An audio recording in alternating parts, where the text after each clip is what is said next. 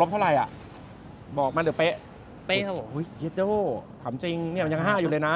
เดี๋ยวรอ10นะรอ10นะแม่งอยากจะเชียร์มวยตอนเนี้ย โอ้ภูมิใจพวกคุณจริงๆไปแล้วนะ10แล้วนะ10แล้วนะ10แล้ว ทะ นะ ยานขึ้นมาครับตัวนี้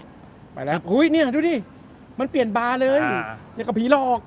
มันนับตามนี้มันเลยเป๊ะกว่า ถ้าคุณไปนับตามโฟเลตการจ่ายน้ำนะมันจะไม่เป๊ะขนาดนี้เพราะ density เมล็ดไม่เท่ากันในการบดจำไว้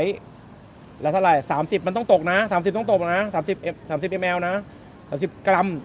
30 กรัมตกอุ้ยนี่เป๊ะเลย40ตัด